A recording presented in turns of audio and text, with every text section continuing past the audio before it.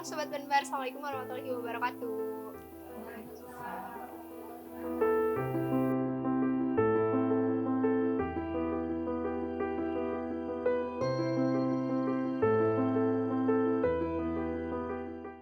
Ketemu lagi nih Sobat Banbar di acara podcast Melekat Mengenal Lebih Dekat. Nah teman-teman, tadi kan kita udah ngebahas nih mengenai pengalaman Mbak di bidang usahanya, terus mengenai Mbaknya nih. Nah Mbak, sekarang kita akan ngebahas mengenai lebih dalam nih mengenai entrepreneurship itu apa dan bagaimana nih Mbak. Dan mungkin nanti kita akan bahas tips and tricks untuk teman-teman semuanya. Nah kita langsung aja mungkin ya Mbak. Boleh. Udah siap Mbak? Insya Allah. Oke. Nih Mbak, gimana sih menurut Mbak caranya biar kita menumbuhkan rasa kewirausahaan nih? Oke. Kewirausahaan itu kan berarti kalau Inggrisnya kan entrepreneurship gitu ya. Iya betul. Ya.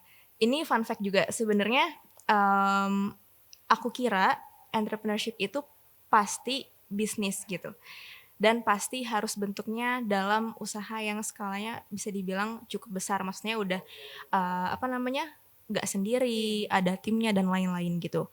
Nah, tapi ternyata pas aku gali lagi, entrepreneurship itu ternyata bukan tentang profesi, tapi mindset kita, cara pikir kita gitu, bagaimana kita menghadapi suatu hal gitu. Jadi benar-benar tentang mindset. Artinya apa sih? Artinya itu adalah ketika kita bisa terbiasa dalam mengubah sesuatu menjadi bernilai tambah gitu. Sebenarnya entrepreneurship itu kayak gitu. Jadi kalau misalnya kita sesimpel ngelihat sekarang banyak selebgram, influencer, tiktoker yang promosi endorse banyak dan lain-lain, sebenarnya mereka pun entrepreneur gitu, karena mereka merubah value yang mana tadinya ada brand punya produk jualan ABC yang tadinya misalkan belum dikenal masyarakat, karena mereka memperkenalkan, mempromosikan, jadinya bernilai, jadinya terkenal gitu, bisa dikenal sama orang, bisa dibeli dan lain-lain gitu. Jadi sebenarnya menumbuhkan itu adalah tentang mindsetnya kita, gimana caranya kita bisa merubah sesuatu yang tadinya biasa aja tapi jadi bernilai. Jadi kalau misalkan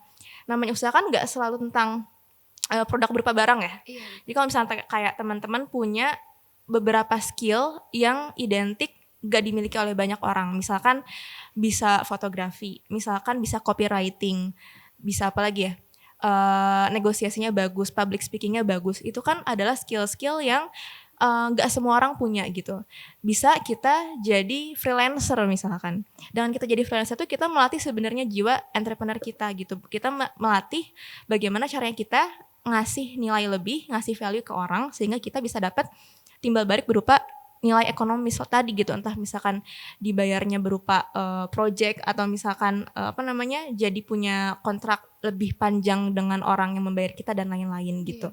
Ya, jadi nggak selalu tentang berbisnis secara profesi gitu, jualan tuh sebenarnya enggak gitu. Jadi kalau misalkan kita bicaranya cara nanamkan entrepreneurship ke anak kecil pun itu tuh bisa gitu, dengan sesimpel mereka ya berpikir misalkan dikasih kertas origami, gimana caranya biar ini tuh bisa berbentuk, bisa nggak jadi bentuknya kotak lagi dan lain-lain, itu tuh udah melatih jiwa entrepreneurship sebenarnya. Jadi sebenarnya entrepreneurship tuh nggak cuma jadi harus jualan gitu ya Mbak. Enggak. Okay. Nah menurut Mbak sendiri nih di zaman sekarang nih Mbak, kita tuh harus nggak sih punya jiwa entrepreneurship ini gitu? Kalau menurut aku harus, karena keywordnya ya, kalau yang aku bisa highlight entrepreneurship itu ada dua, agile atau lincah, sama oportunis atau bisa cari peluang gitu. Dan namanya lincah dan bisa cari peluang itu nggak selalu tentang usaha berupa jualan gitu. Ya kan? Kalau misalkan ini kita agak bahas tokoh figur satu ya sebagai contoh ya. Kalau kita kenal ini kan Deddy Corbuzier gitu misalnya ya. Ya dia kan ini ya, kalau kita kenal tuh dari awal karirnya bisa dilihat sebenarnya kok berubah-ubah. Tadinya magician, terus sekarang punya podcast, kadang juga kalau misalkan ada tawaran iklan dia lakuin dan lain-lain gitu. Yang aku lihat adalah dia tuh bisa agile tadi atau lincah, dan juga bisa melihat peluang. Dia tahu ketika misalkan dunia lagi berputar di arah mana, dia kejar gitu. Orang-orang lagi suka konten YouTube, dia bikin. Orang-orang ngelihat suka nih konten podcast tapi belum ada yang berupa konsepnya kayak talk show dan lain-lain, dia bikin gitu. Jadi dia tahu gimana caranya satu langkah di depan orang lain dengan lincah tadi, tapi yang kedua dia juga tahu gimana caranya itu tuh bisa menjadi peluang yang menghasilkan gitu. Iya, dan itu makanya nggak selalu dalam bentuk usaha jualan tadi gitu. Apapun profesinya tuh bisa jadi entrepreneur gitu sebenarnya. Jadi apapun itu sebenarnya bisa jadi Apapun tuh entrepreneur bisa. ya Mbak. Iya. Yang penting kita pintar ngambil peluang ya Mbak, selip-selip peluang. Nah teman-teman, tadi kan kita udah tahu ya sebenarnya kalau entrepreneur tuh nggak melulu harus jualan ya Mbak, gitu.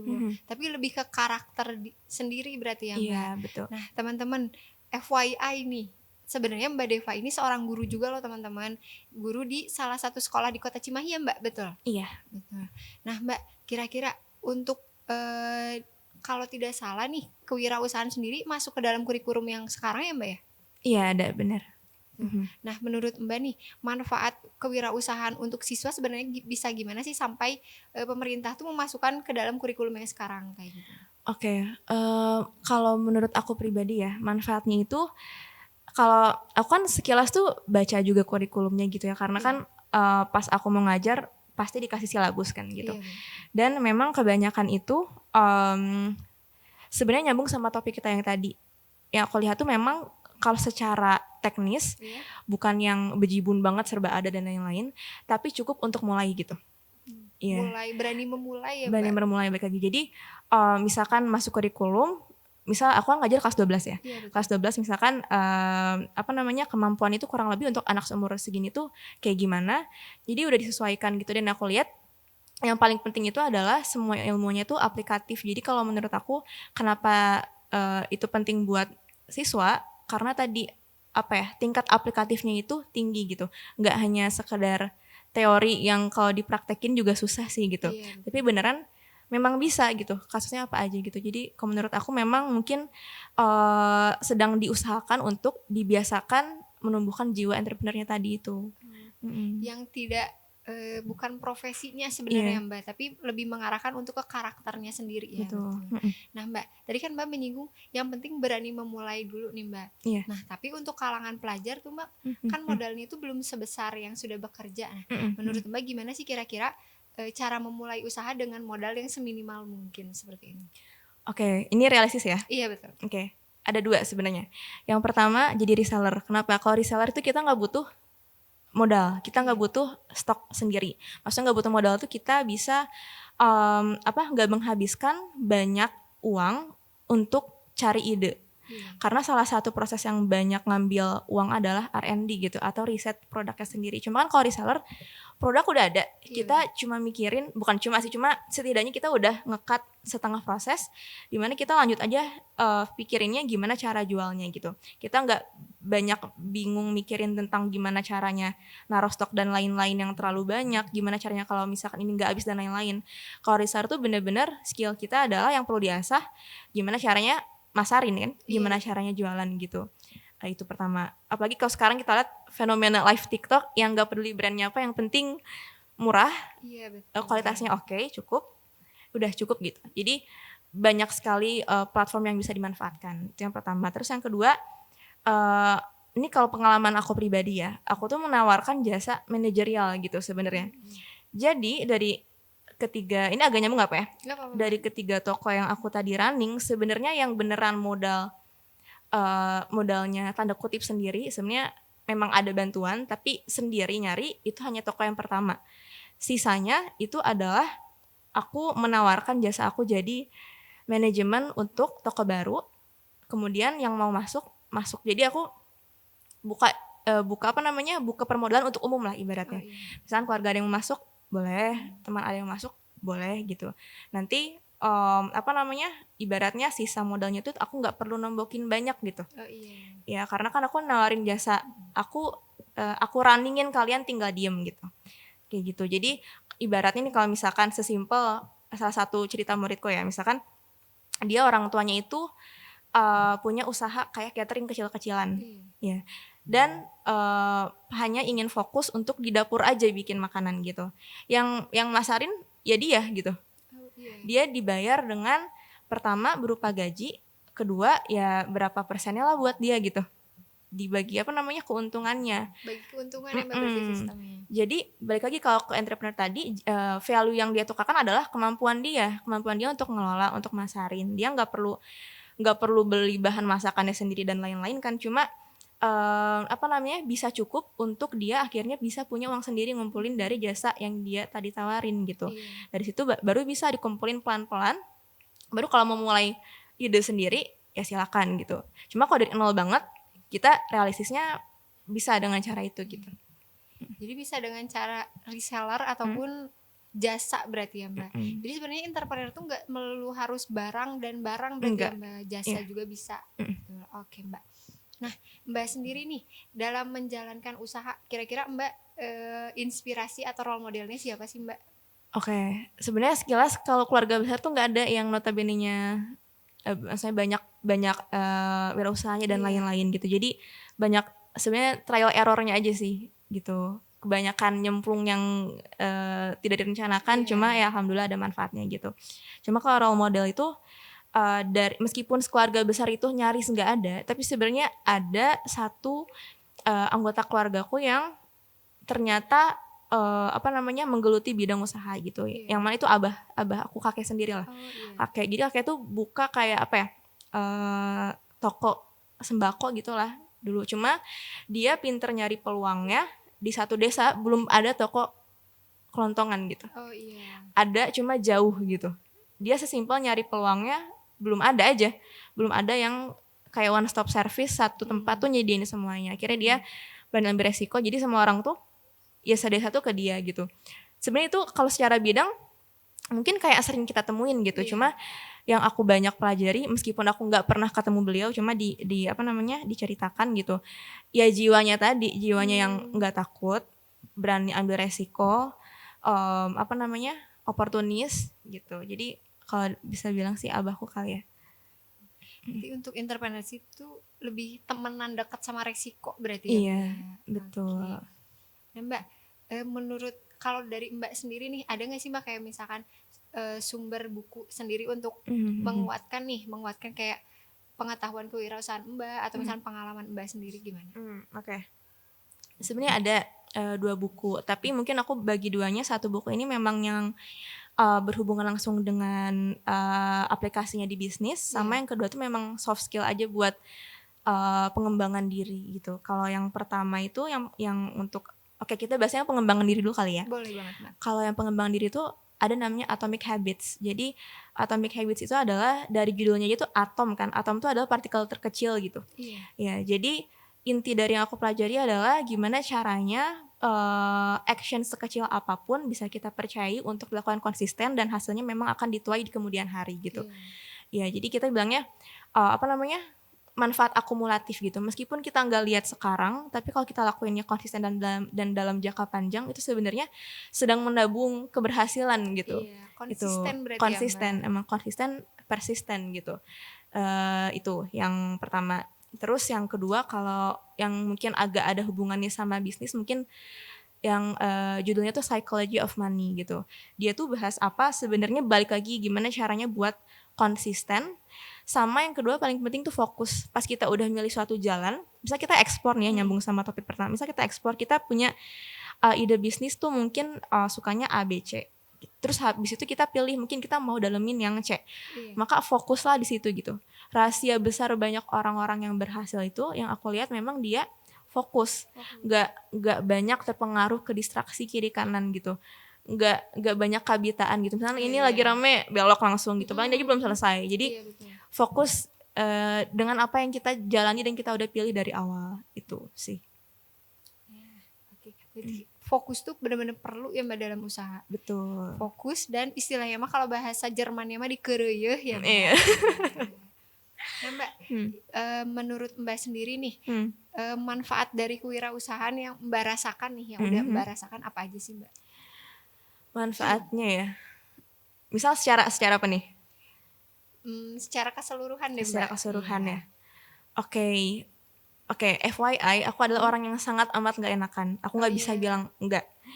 Tapi kalau terusan kayak gitu, aku rugi gitu. Karena sesimpel misalkan, ini mau renovasi misal, terus kayak diajuin seginilah biayanya gitu. Kalau aku ya iya aja, aku rugi gitu. Oh iya, Kalau aku betul. nggak enak, aku akan rugi gitu. Aku nggak bisa kayak gitu terus. Akhirnya salah satu manfaat terbesar sebenarnya gimana caranya bisa tegas sih. Mungkin sebagian orang udah biasa tegas ya kayak, Iya, dan sekarang aku ngerasa tegas itu adalah karunia gitu. Karena emang nggak semua orang bisa. Dan betul. kalaupun notabene-nya nggak enakan, tegas tuh dilatih gitu, bukan yang alamiah muncul. Jadi yang pertama kali aku banyak pelajarin tuh caranya jadi tegas gimana, caranya belajar untuk memutuskan sesuatu dengan matang tuh gimana, itu sih. Sama yang kedua, apa namanya, berani ambil resiko sih sebenarnya, benar. Iya. Ya itu yang paling dirasain, dan itu nggak hanya jadi berlakunya itu di bisnis, tapi di bidang-bidang lainnya juga. Simpel kayak keputusan kecil, pagi ini mau lari, apa lanjut tidur gitu. Oh iya. Ya kayak gitu-gitu. Nah, teman-teman nih, FYI nih. Diana tuh pernah ngobrol nih sebentar sama Mbak waktu itu. Ada quotes yang benar-benar nerap banget nih Mbak. Waktu itu Mbak pernah bilang, percayai hal-hal yang kecil, betul ya Mbak? Betul. Nah, itu tuh kayak benar-benar kita tuh sering meragukan hal yang kecil ya Mbak ya. Kayak ya udah deh itu mah remeh, tapi ternyata kata Mbak tuh bener ya, kayak misalkan kita mulai percaya dari hal-hal kecil dulu ya Mbak ya. Gimana istilahnya, gimana kita mempercayai hal besar kalau hal kecilnya pun kita nggak percaya. Benar, ya Mbak. iya. Nah Mbak, menurut Mbak nih, part terbaik dalam menjalankan wirausaha apa nih Mbak? Sebagai seorang wirausaha. Oke, part terbaik ya. Ini kali ya, waktu yang bisa kita atur sendiri kali ya, part terbaik. Tapi karena mungkin waktunya fleksibel, sebenarnya jadi ya pasti ada tetap ada sisi nggak enaknya ya. Iya. Ya kan hidup ada enak nggak enak ya gitu.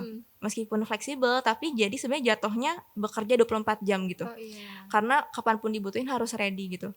Oke, mungkin pagi nggak bangun, tapi jam 12 malam tiba-tiba ditelepon bisa gitu. Oh iya. Ya gitu. Cuma sejauh ini aku enjoy sih gitu, salah satunya. Tapi ada terharunya nggak sih Mbak, kayak misalkan, aduh alhamdulillah ya ternyata aku tuh udah bisa sampai titik ini ternyata. Ya, ada banget. Karena sekedar cerita ya, aku emang membenci suatu hal berlebihan itu nggak baik. Karena awalnya aku sangat menghindari namanya usaha. Oh iya. Aku anaknya cari aman gitu, aku ngerasa untuk cukup tuh cukup, nggak perlu cari yang lebih gitu. Gak neko-neko lagi tuh. Nah dulu aku sangat amat menghindari namanya usaha. Pokoknya aku hindari dulu, sebenarnya kejadian sekarang. Aku menghindari namanya kuliah jurusan bisnis. Aku menghindari namanya habis kuliah bikin usaha. Terus aku menghindari kalaupun harus bikin usaha, aku nggak mau F&B. Ya, nggak mau F&B, nggak mau fashion, dan semuanya kejadian gitu. Semuanya berarti semuanya kejadian gitu. Jadi apa yang kita pikir kita nggak mau tuh sebenarnya mungkin baik gitu ya. Ya gitu sih. Soalnya yang terbaik menurut manusia teh belum tentu ya ternyata. Dan berarti teman-teman, ternyata apa yang kita hindari teh justru itu yang kita nyemplungnya di situ berarti ya. Iya. Oke. Nah Mbak, harapan Mbak sendiri untuk kedepannya seperti apa sih Mbak? Baik dalam misalkan usahanya, atau misalkan lebih ke karakter entrepreneurship-nya sendiri, gimana sih Mbak menurut Mbak? Kalau harapan aku sebenarnya semoga dikasih kepercayaan untuk bisa running bisnis yang lebih besar gitu. Karena sejujurnya meskipun sekarang alhamdulillah udah running Mixu gitu misal, tapi aku sebenarnya masih bermimpi punya brand sendiri gitu. Karena pada akhirnya tetap beda sih namanya franchise sama bikin sendiri ya. Kalau franchise itu jadi kita nggak dari nol lah, kita secara pemikiran produk udah ada, branding udah ada gitu, merek udah ada. Jadi kita nge-skip bagian krusialnya usaha yang mana cari ide gitu. Karena yang mahal ide ya. Iya betul. Dalam aspeknya itu ide, terus kita tinggal jalanin sistemnya doang gitu kalau franchise. Jadi kalau dibilang harapan sebenarnya punya brand sendiri sih, yang kita bikin ide dari awal, kita apa ya, merasa benar-benar dihargain pas ada orang suka sama produknya, karena ya kita bikin dari awal. Beda kalau sekarang misalnya kayak aku ketemu sama temen, Dev aku suka loh Boba Sunday gitu. Aku gak ngerasa bangga karena yang bikin Boba Sunday bukan aku gitu. Iya, orang lain gitu. Aku hanya menjalankan ide yang sudah ada aja gitu. Cuma tapi beda lagi kalau misalkan aku misalkan bikin hijab nih ya gitu bisnisnya, terus aku desain sendiri, aku nyari bahan sendiri, aku cari penjahitnya sendiri Iya. dan lain-lain gitu. Aku yang memastikan itu kualitasnya bagus dan lain-lain. Terus ada yang muji, aku pakai loh kerudung kamu gitu. Aku bakal jauh lebih seneng sebenarnya gitu, Iya. karena ada hasil karya aku gitu, nggak hanya Mm. sekedar mendapat nilai ekonominya doang gitu. Iya. Jadi sensasinya beda ya Mbak, Beda, vibes-nya iya kan. beda. Nah Mbak, kemarin tuh kita udah mengadakan beberapa Q&A dan Mhm. ada beberapa netizen atau sobat Banbar yang bertanya nih Oh Mbak. boleh.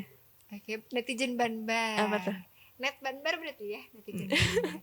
Nah, pertanyaan yang pertama nih Mbak, ada dari anonim. Oke. Daripada cara menjadi kaya dengan cepat, aku mau tips, skills, and tools yang mendukung untuk menjadi wirausaha yang realistis juga ya kakak. Nah, Oke. gimana nih Mbak? Tipsnya balik lagi, jangan kebanyakan rencana tapi nggak mulai-mulai. Nah, Itu betul. itu nggak omdo beneran. Krusial banget. Aku pernah mau bikin usaha, bukan pernah sih, sekarang lagi. Iya. Terus aku bikin 15 page planning, Iya. tetap semuanya kerombak kalau udah mulai. Waduh. Jadi mulai aja dulu gitu. Meskipun planning pasti perlu, cuma jangan kebanyakan planning. Jadi mulai aja, itu tipsnya. Terus kalau skill aku bagi dua kali ya. Yang soft skill sama yang hard skill ya. Iya. Kalau yang hard skill mungkin untuk bisa analitis kali ya. Apa-apa tuh jadi nggak asal berdasarkan feeling aja, tapi emang bisa disupport sama data gitu. Misalkan aku mau bikin, misalkan Mixo ya, aku mau bikin store di sini. Lihat dulu memang sekitar situ secara demografi orang-orang emang suka jajan. Iya. Gitu. Karena bisa jadi produk yang sama sekalipun di beda tempat beda hasilnya gitu. Karena kita nggak analitis dulu gitu, kita nggak analisis dulu sebelum mulai. Apakah emang kalau jualan es krim di sana bakal cocok ya gitu. Iya. Terus kayak apakah harganya segini emangnya masuk ya gitu. Atau kayak emang sekitar sana daerahnya jajannya gitu dan lain-lain, itu analisis gitu. Karena keputusan yang kita ambil pada akhirnya itu selalu berdasarkan analisis. Bisa aja sih by feeling dan bisa aja berhasil, tapi kemungkinannya kalau jangka panjang berapa dari berapa sih gitu. Iya. Ya kan lebih baik memperkecil resiko dibanding kita main tembak kebetulan kena kan. Itu. Terus secara soft skill, mungkin selama ini yang aku kepake itu ada 2 kalau buat usaha ya. Negosiasi sama networking kali ya. Aku kalau negosiasi dulu ya. Negosiasi tuh aku jujur salut banget sama ibu-ibu yang suka belanja di pasar. Karena aku tuh tipe yang kalau belanja ke pasar, berapa ya udah langsung bawa. Oke gitu. Tanpa tawar menawar. Pertama nggak tahu caranya. Kedua nggak enakan. Iya betul. Ya, jadi kayak ambil aja. Tapi ternyata itu penting banget gitu. Karena ya namanya nego mah kayaknya semua pelaku bisnis tuh itu udah skill yang dimaklumi. Artinya kalau misalnya dikasih harga segitu nggak langsung nego tuh wajar kalau kita mau nego-nego gitu. Itu pertama. Terus yang kedua networking sih. Aku ngerasa memang dulu tuh aku kira networking tuh embel-embel doang ya. Iya. Tapi ternyata enggak juga gitu. Jadi aku agak aneh sih. Aku introvert, cuma aku suka ketemu orang baru. Aneh ya? Bukan introvert. Ambivert mungkin ya. Mungkin gitu ya. Nah, maksudnya adalah aku nggak takut untuk ketemu sama stranger gitu, sama orang yang bener-bener nggak pernah aku kenal tuh aku nggak takut. Jadi sering banget emang sukanya perjalanan jauh sendiri. Jadi misalkan kayak di Instagram ada sesimpel main bulu tangkis tapi sama para business owner misal. Pernah tuh kemarin banget di Jakarta, nggak kenal satupun, aku daftar berangkat sendiri. Gitu, hanya untuk main bulu tangkis bareng mereka. Nggak ada arah-arahnya ngomongin bisnis kan, nggak ada, cuma main bulu tangkis doang. Cuma ternyata kayak percakapan kecil yang aku lakukan dengan orang-orang di situ tuh bermanfaat juga. Kayak kamu sekarang kesibukannya apa, ngapain gitu-gitu loh. Atau sesimpel lagi makan di tendaan gitu. Terus ada bapak-bapak ngobrol tuh bisa aja gitu. Jadi networking itu sama siapa aja, nggak lihat umur, nggak lihat kerjaan status, gitu. Nggak lihat status. Jadi fungsinya ya tadi sih buat belajar dari orang-orang kita sendiri tuh nggak tahu banyak ilmunya gitu. Gak disangka-sangka. Gak disangka-sangka itu. Sama kalau tools mungkin aku nyatet beberapa yang mungkin bisa dipakai buat mungkin secara pribadi bisa, secara bisnis bisa. Kalau pribadi aku tuh ini pede, cuma aku merasa ini fakta gitu. Oh iya. Aku tuh sangat amat orangnya tuh terstruktur gitu, terorganisir gitu. Iya. Apapun yang aku lakuin hari itu udah ada schedule-nya. Jadi to do list-nya gitu. Iya. Ya tanggal segini ngapain, bahkan kalau sebulan ke depan ngapain kayaknya kelamaan ya. Iya. Cuma seminggu lah. mungkin. Seminggu, minggu depan ada apa, gini. Ntar kalau berhasil checklist gitu. Itu ada sensasi kemenangan, aku berhasil menyelesaikan suatu tugas hari ini gitu, sekecil apapun. Aku saking lupaannya kadang sesimpel bales WA orang tuh aku masukin karena aku suka lupa aja gitu. Terus itu yang buat personal ya. Terus kalau buat mungkin usaha, aku tuh paling suka ini aplikasi sebenarnya sih. Ini tools aku pakai segala produk Google. Iya. Google Sheet, Google Drive, Google Docs dan lain-lain karena mempermudah untuk kolaborasi sama orang lain gitu. Kita mau nggak harus datang bertemu dengan orangnya pun gitu. Kalau misalkan mau melakukan banyak hal dalam satu waktu, itu bisa pakai hal-hal tadi gitu loh. Dan sangat mempermudah sih. Memang kita harus bisa memanfaatkan teknologi gitu ya. Gitu. Sama kalau mungkin aku punya beberapa tips sih kalau misalkan teman-teman yang baru mulai usaha terus mau coba tadi gimana caranya biar bisa analisis dulu misalkan resiko dan lain-lain. Mungkin ini enggak familiar dengan ChatGPT enggak?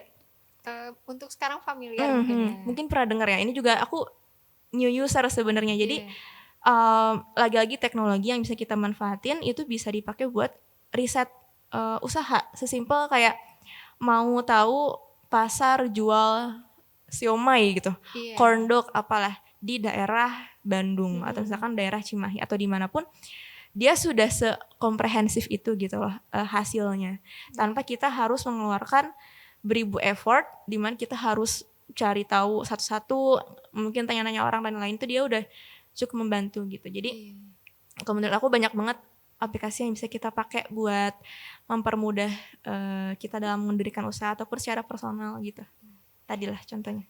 Ternyata aplikasi pun udah tersedia Iya, sebenarnya. banyak banget. Tergantung yang penting gimana kita mulai berarti ya, Mbak. Balik lagi ke memulai. Dan dikeruyuh ya, Mbak, berarti. Oke. Ingat. Iya. Yang penting mah keruyuh dan mulai. Yang penting bener. Oke, Mbak, tadi kan udah ada nih pertanyaan dari netizen Banbar. Nah, sekarang ada netizen studio juga yang mau bertanya nih, Mbak. Boleh. Kebetulan ada ketua HOKAGE kita, Mbak, yang mau bertanya. Oke, boleh. Ketua HOKAGE, betul. Nah, kepada Mas Otan disilakan.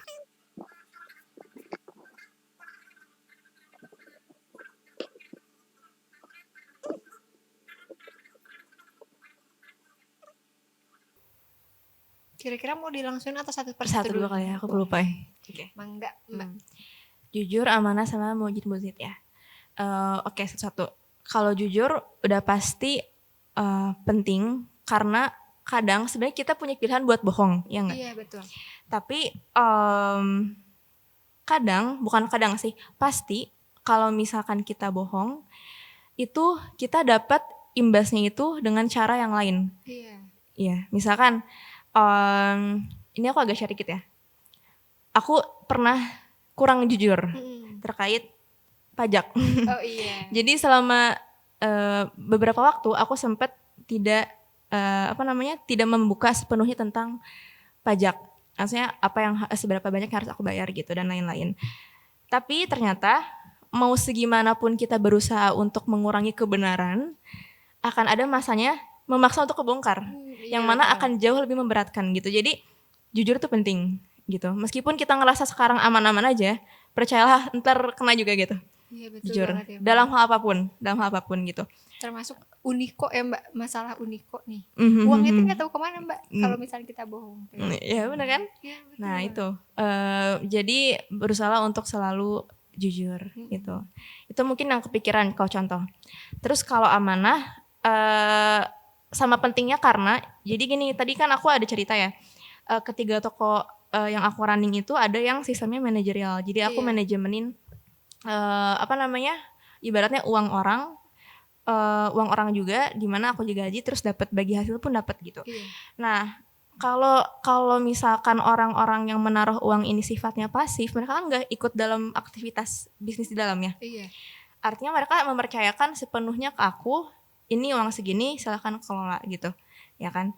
Itu sebenarnya apalagi keluarga kebetulan, mau keluarga mau teman atau dekat orang dekat lainnya, itu kalau misalkan kita ibarat yang nggak amanah tuh bisa-bisa aja. Karena misalkan ya, aku tiap bulan harus ngirim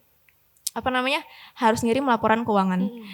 Ibaratnya aku manipulasi pun bisa-bisa aja. Toh juga kasarnya yang naruh uang juga bukan orang bisnis, nggak ngerti-ngerti amat, yang penting dikasih uang gitu, ada hasilnya. Cuma kan nggak amanah ya. Pertama nggak amanah, terus nyatu sama jujur lagi. Misalkan keadaannya lagi turun ya kasih tahu. Misalkan terus uangnya segini ada sisa ya balikin gitu. Jadi misalkan ada toko ketiga tuh kemarin misalkan udah dikasih modal sekian, ternyata selesai semuanya dipakai tuh ada lebihan lah, ada uang modal yang tidak terpakai. Sebenarnya aku telp juga bisa-bisa aja gitu, kan dikasihnya masih gitu kan. Ya, tapi nggak akan tahu juga gitu. Cuma kan kalau kita ngomongin amanah itu nggak amanah gitu. Akhirnya harus diimbangi sama kayak tadi sih, jujur itu. Gimana caranya pas dikasih sama orang kepercayaan ya kita pegang gitu. Biasanya kalau kita dipercaya sama orang, kita bisa jaga amanah dengan baik, itu mengarahkan kita pada kepercayaan lain gitu. Aku percaya kalau udah satu dipercaya, nanti next itu ada peluang lain yang mungkin gak dari orang yang sama gitu. Tapi ya dari mulut ke mulut kan udah di running Deva aja dan lain-lain kayak gitu. Itu. Terus yang terakhir ini menarik sih, tentang mujid-mujid itu mungkin gak direct ke usahanya, cuma ke aku pribadi. Aku tuh jujur kan ya, namanya anak muda ya, banyak keinginan, sedikit dapat uang habis langsung kan gitu. Tapi ternyata ini ada quote juga yang aku temuin. Cari uang itu gak susah, yang susah itu cara ngelolanya. Iya, betul banget. Betul. Jadi mau orang penghasilannya 10 juta sama 100 juta, kalau yang lebih pintarnya itu yang 10 juta bisa jadi kalah-kalah aja. Bisa jadi akhir bulan yang dapat 100 juta, sisanya cuma 1 juta, sedangkan 10 juta masih 8 juta gitu. Ya. Ngelola itu bukan berarti harus irit pelit sama diri sendiri ya, tapi tahu kemana aja uang yang kita dapat itu pergi gitu. Jadi contohnya itu kenapa itu penting, karena dengan kita bisa ngelola, kita artinya menghargai uang itu, kita nggak nge-spend berlebihan, dan yang kita dapat juga bisa digunakan dengan optimal gitu, dibarokahin lah ibaratnya gitu. Jadi mungkin agak tips and tricks sedikit ya. Jadi aku tuh tiap bulan punya namanya di Google Sheet ya, ada namanya personal finance, per bulan tuh aku bikin. Itu adalah ibaratnya laporan keuangan, tapi pribadi. Aku dapat tanggal 1 berapa, aku kumpulin, itu rumusnya udah langsung. Infak segini, sodako segini, misal kebutuhan pribadi segini dan lain-lain. Setiap aku masukin pemasukan itu langsung ke rumus. Jadi aku nggak usah perlu ngitung lagi gitu. Itu jadi kita tahu jatah kita buat jajan tuh berapa, buat primer berapa, buat lebihan. Ya self reward lah ya kalau anak-anak di sekarang itu berapa, kalau misal mau nabung berapa gitu dan lain-lain, itu udah punya porsinya. Jadi ibaratnya jadi parameter kita buat enggak berlebihan sih. Iya gitu. Dapat uang 10 juta habisin aja lah gitu. Soalnya ngabisin uang mah gampang banget gampang. Ya. Iya, gampang. Ngumpulinnya itu. Balik lagi ngelola berarti. Ngelola. Gitu. Bagaimana Mas Satan? Apakah ada tambahan lagi nih kira-kira? Oh, itu yang pertama ya. Oke. Berarti yang penting gimana caranya ngelola berarti ya Mbak. Iya. Dan sebenarnya teman-teman selalu ada kesempatan di mana kita bisa berbohong sebenarnya. Tapi gimana balik lagi ke diri kita berarti ya Mbak. Iya, betul. Oke, ada satu lagi katanya nih, Net Banbar.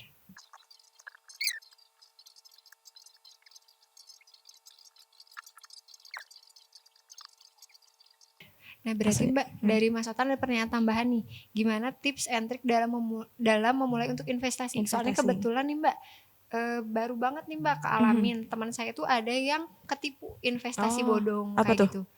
Investasi aplikasi gitu, berupa aplikasi. Nah, dan dia tuh ternyata ketipunya sampai jutaan Mbak, dan uang jutaan kan lumayan nih Mbak. Nah kira-kira menurut Mbak tips and triknya seperti apa sih Mbak kayak gitu? Oke. Mungkin sebelum ke investasi ya. Iya betul.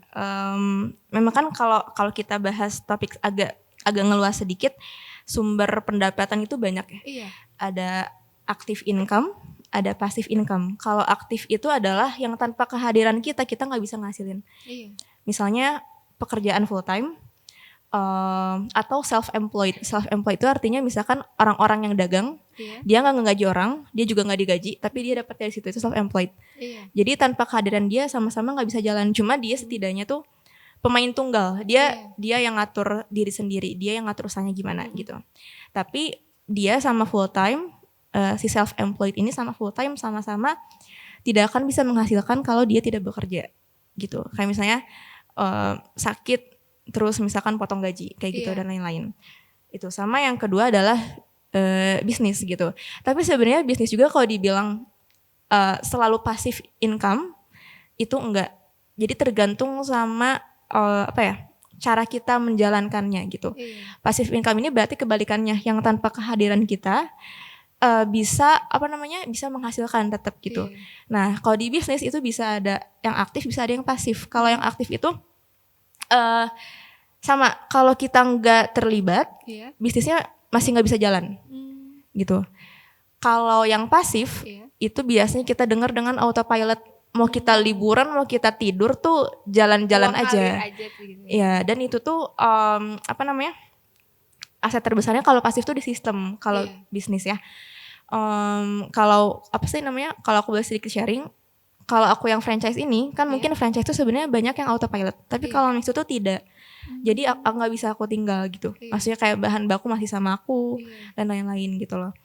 Jadi semi-semi lah gitu. Memang fleksibel tapi nggak bisa aku tinggal gitu. Nggak fleksibel banget. Nggak fleksibel banget gitu. Nggak bisa tidur tetap ini gitu. Nggak bisa, pasti tetap ada terlibatnya gitu. Terus tips investasinya sekarang. Nah kalau dibanding kalau misalkan disandingin antara yang active income sama passive income, namanya investasi pasti kita pengennya pasif dan pasti sifatnya pasif sih. Kalau misalnya kita diem, dia tetap ngalir gitu. Kalau tips dari aku sebenarnya adalah paling pertama, ini mungkin klise tapi sangat berguna gitu. Itu sebelum kita pilih mau investasi apa, kenalin dulu sama profil risiko kita. Artinya adalah seberapa jauh kita bisa berhadapan dengan resiko. Ada yang emang sama resiko tinggi nggak apa-apa, resiko menengah oke, resiko rendah dan lain-lain itu boleh. Jadi setiap tingkatan yang sesuai sama profil resiko kita itu tuh ada produk investasinya gitu.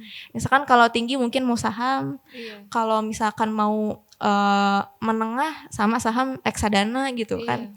Kalau misalkan rendah misalkan emas gitu, atau tanah. Tapi rendah di sini secara resiko ya, bukan modal, karena tanah kan gede gitu. Secara profilnya disesuaikan gitu. Mungkin kalau tadi ada cerita ada temennya yang ketipu, itu lebih baik sama topik kita tadi. Ada salah satu pelajaran juga yang aku ambil dari yang buku yang aku ambil itu, yang aku baca itu adalah karena core problemnya adalah dia pingin yang instan. Biasanya semakin dia pingin yang instan, pingin cepet, nggak analisis dulu, ya kan? Judi jatuhnya kan gambling. Ya, kalau kita analisis dulu, ya kita udah tahu resikonya sebesar apa. Kalaupun kita gagal, kalaupun kita salah perhitungan, kita bangkrut, kita rugi tuh ada perhitungannya gitu. Jadi kenali dulu diri sendiri. Karena jujur aku sendiri pun kalau dibilang saham, aku belum. Karena aku merasa aku belum setinggi itu toleransinya terhadap resiko gitu. Jadi kenalin dulu instrumennya. Kalau misal profil resikonya, baru carilah produk investasi yang sesuai sama profil resiko kita gitu. Baru tadi pakailah ilmu fokus tadi gitu. Udah tahu misalkan kita tinggi saham, ya pelajari saham dan lain-lain kayak gitu. Mungkin. Bagaimana Mas Otan? Oke.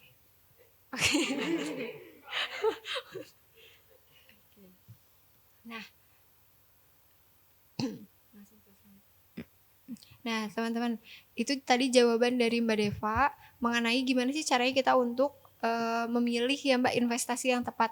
Berarti harus kenali dulu, yang paling pentingnya berarti Mbak, kenali dulu, jangan sampai mau instannya aja. Jangan FOMO. Iya, jangan FOMO teman-teman kan. Jadi itu mah nih testimoninya teh bagus ya udah tanpa dikenali teh kalian langsung mulai gitu. Berarti kenali dulu ya Mbak. Oke, termasuk berarti nggak cuma di usaha, pokoknya apapun itu tetap kenali dulu, pelajari dulu. Pelajari dulu. Nah, mungkin Mbak Deva cukup sekian nih karena kita terbatas oleh waktu, ruang dan waktu. Oke. Sebenarnya mungkin untuk season kali ini kita cukupkan sekian. Mhm. Mudah-mudahan apa yang kita obrolkan tadi bermanfaat ya untuk teman-teman semuanya. Bisa untuk menginspirasi ya. Amin. Kalau untuk saya sendiri sih itu sangat menginspirasi banget Mbak. Ya, Apalagi yang alhamdulillah. tadi mulai percaya dari hal kecil dulu. Nah, ada quotes nih teman-teman untuk season kali ini, yaitu yang penting mulai aja dulu apapun itu. Berarti. Oke, mungkin untuk season kali ini mengenai become yang entrepreneurship dicukupan sekian. Become yang entrepreneur dicukupan sekian. Mudah-mudahan apa yang kita bicarakan bisa bermanfaat dan bisa teman-teman ambil pembelajarannya apapun itu. Kepada Mbak Deva, alhamdulillah jazakillahu khairan Mbak, terima kasih Amin. banyak. Dan kepada sobat Banbar semuanya, terima kasih banyak, alhamdulillah jazakumullahu khairan. Mungkin untuk pembahasan ini, season ini kita cukupkan sekian. Sampai jumpa lagi di podcast selanjutnya ya teman-teman. Wassalamualaikum warahmatullahi wabarakatuh. Waalaikumsalam warahmatullahi wabarakatuh.